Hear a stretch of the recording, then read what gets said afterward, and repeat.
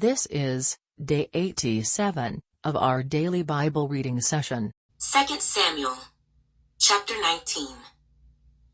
And Joab was told, Behold, the king is weeping and mourning for Absalom. So the victory that day was turned into mourning for all the people. For the people heard it said that day, The king is grieved for his son.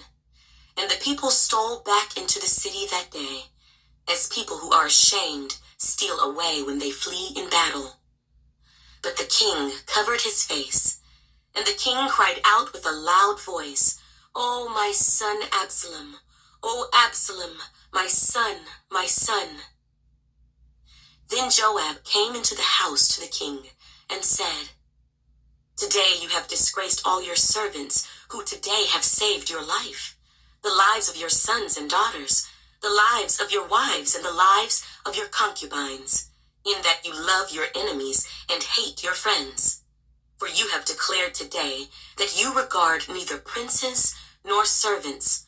For today I perceive that if Absalom had lived and all of us had died today, then it would have pleased you well.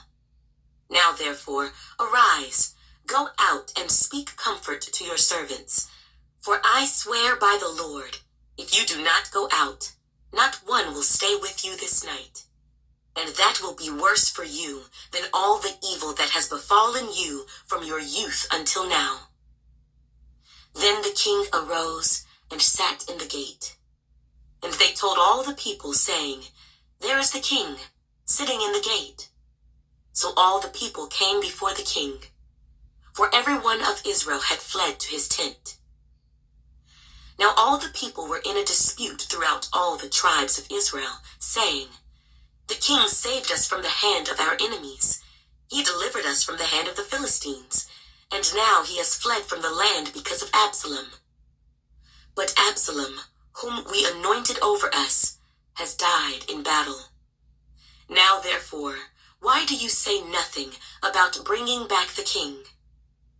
So King David sent to Zadok and Abiathar, the priests, saying, Speak to the elders of Judah, saying, Why are you the last to bring the king back to his house, since the words of all Israel have come to the king, to his very house? You are my brethren, you are my bone and my flesh. Why then are you the last to bring back the king? And say to Amasa, Are you not my bone and my flesh? God do so to me, and more also, if you are not commander of the army before me continually in place of Joab. So he swayed the hearts of all the men of Judah, just as the heart of one man, so that they sent this word to the king, Return, you and all your servants. Then the king returned, and came to the Jordan. And Judah came to Gilgal, to go to meet the king, to escort the king across the Jordan. And Shimei, the son of Gera, a Benjamite, who was from Bahurim, hurried and came down with the men of Judah to meet King David. There were 1,000 men of Benjamin with him, and Ziba, the servant of the house of Saul, and his 15 sons, and his 20 servants with him. And they went over the Jordan before the king.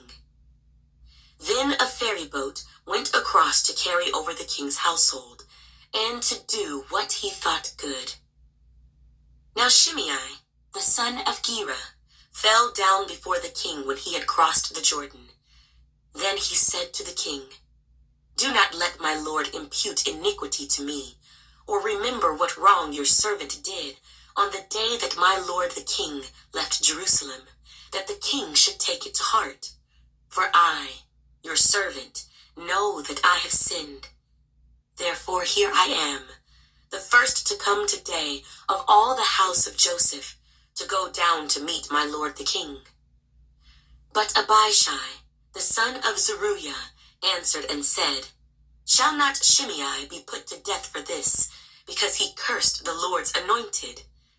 And David said, What have I to do with you, you sons of Zeruiah, that you should be adversaries to me today? Shall any man be put to death today in Israel? For do I not know that today I am king over Israel? Therefore the king said to Shimei, You shall not die. And the king swore to him. Now Mephibosheth, the son of Saul, came down to meet the king, and he had not cared for his feet, nor trimmed his mustache, nor washed his clothes, from the day the king departed until the day he returned in peace. So it was, when he had come to Jerusalem to meet the king, that the king said to him, Why did you not go with me, Mephibosheth? And he answered, My lord, O king, my servant deceived me. For your servant said, I will saddle a donkey for myself, that I may ride on it and go to the king, because your servant is lame. And he has slandered your servant to my lord the king. But my lord the king is like the angel of God. Therefore, do what is good in your eyes. For all my father's house were but dead men before my lord the king. Yet you set your servant among those who eat at your own table. Therefore, what right have I still to cry out any more to the king? So the king said to him, Why do you speak any more of your matters? I have said, You and Ziba divide the land. Then Mephibosheth said to the king, Rather, let him take it all, inasmuch as my lord the king has come back in peace to his own house. And Barzillai the Gileadite came down from Rogelim, and went across the Jordan with the king, to escort him across the Jordan. Now Barzillai was a very aged man, 80 years old, and he had provided the king with supplies while he stayed at Mahanaim, for he was a very rich man. And the king said to Barzillai, Come across with me, and I will provide for you while you are with me in Jerusalem. But Barzillai said to the king, How long have I to live, that I should go up with the king to Jerusalem? I am today 80 years old. Can I discern between the good and bad? Can your servant taste what I eat or what I drink? Can I hear any longer the voice of singing men and singing women? Why then should your servant be a further burden to my lord the king? Your servant will go a little way across the Jordan with the king. And why should the king repay me with such a reward? Please, let your servant turn back again, that I may die in my own city, near the grave of my father and mother. But here is your servant Kimham. Let him cross over with my lord the king, and do for him what seems good to you. And the king answered, Kimham shall cross over with me, and I will do for him what seems good to you. Now whatever you request of me, I will do for you. Then all the people went over the Jordan, and when the king had crossed over, the king kissed Barzillai and blessed him, and he returned to his own place. Now the king went on to Gilgal, and Kimham went on with him, and all the people of Judah escorted the king, and also half the people of Israel. Just then all the men of Israel came to the king, and said to the king, Why have our brethren, the men of Judah, stolen you away, and brought the king, his household, and all David's men with him across the Jordan? So all the men of Judah answered the men of Israel, Because the king is a close relative of ours. Why then are you angry over this matter? Have we ever eaten at the king's expense, or has he given us any gift? And the men of Israel answered the men of Judah and said, We have 10 shares in the king, therefore we also have more right to David than you. Why then do you despise us? Were we not the first to advise bringing back our king? Yet the words of the men of Judah were fiercer than the words of the men of Israel. 2 Samuel, chapter 20. And there happened to be there a rebel, whose name was Sheba, the son of Bichri, a Benjamite. And he blew a trumpet and said, We have no share in David, nor do we have inheritance in the son of Jesse, every man to his tents, O Israel. So every man of Israel deserted David and followed Sheba the son of Bichri. But the men of Judah from the Jordan as far as Jerusalem remained loyal to their king. Now David came to his house at Jerusalem, and the king took the 10 women, his concubines whom he had left to keep the house, and put them in seclusion and supported them, but did not go into them. So they were shut up to the day of their death, living in widowhood. And the king said to Amasa, "Assemble the men of Judah for me within 3 days, and be present here yourself." So Amasa went to assemble the men of Judah, but he delayed longer than the set time which David had appointed him. And David said to Abishai, "Now Sheba the son of Bichri will do us more harm than Absalom. Take your Lord's servants and pursue him, lest he find for himself fortified cities and escape us." So Joab's men, with the Kerethites, the Pelethites, and all the mighty men, went out after him. And they went out of Jerusalem to pursue Sheba the son of Bichri. When they were at the large stone, which is in Gibeon, Amasa came before them. Now Joab was dressed in battle armor. On it was a belt with a sword fastened in its sheath at his hips. And as he was going forward, it fell out. Then Joab said to Amasa, "Are you in health, my brother?" And Joab took Amasa by the beard with his right hand to kiss him. But Amasa did not notice the sword that was in Joab's hand. And he struck him with it in the stomach, and his entrails poured out on the ground. And he did not strike him again. Thus he died. Then Joab and Abishai, his brother, pursued Sheba the son of Bichri. Meanwhile, one of Joab's men stood near Amasa and said, "Whoever favors Joab and whoever is for David, follow Joab." But Amasa wallowed in his blood in the middle of the highway.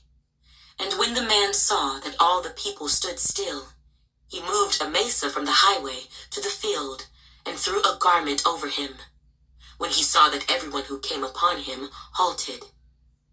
When he was removed from the highway, all the people went on after Joab to pursue Sheba the son of Bichri.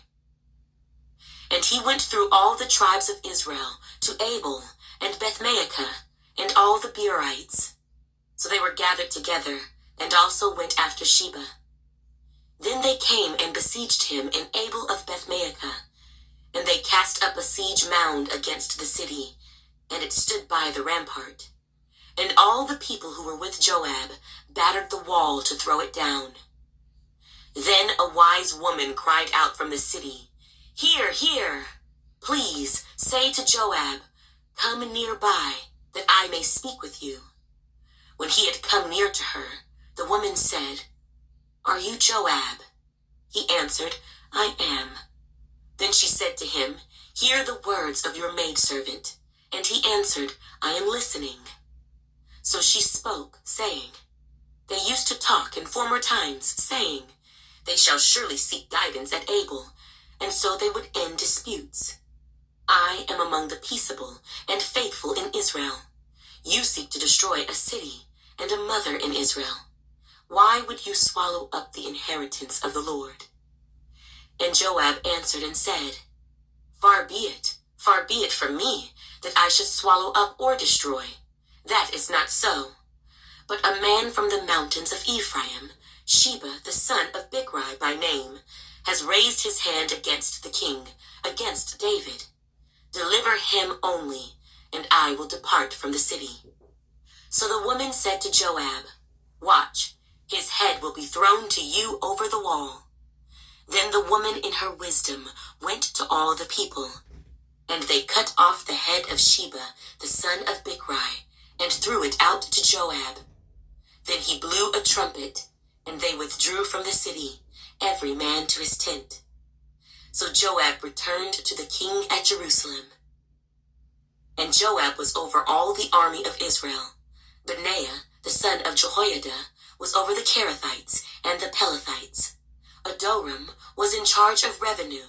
Jehoshaphat, the son of Ahilud, was recorder. Sheva was scribe. Zadok and Abiathar were the priests, and Ira, the Jairite, was a chief minister under David. 2 Samuel chapter 21.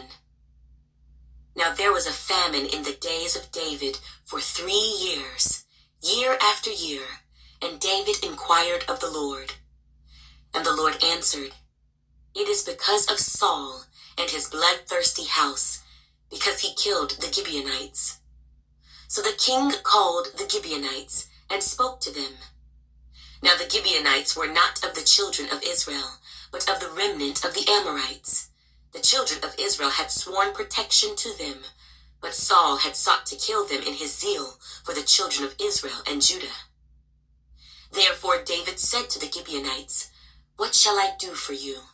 And with what shall I make atonement, that you may bless the inheritance of the Lord? And the Gibeonites said to him, We will have no silver or gold from Saul or from his house, nor shall you kill any man in Israel for us.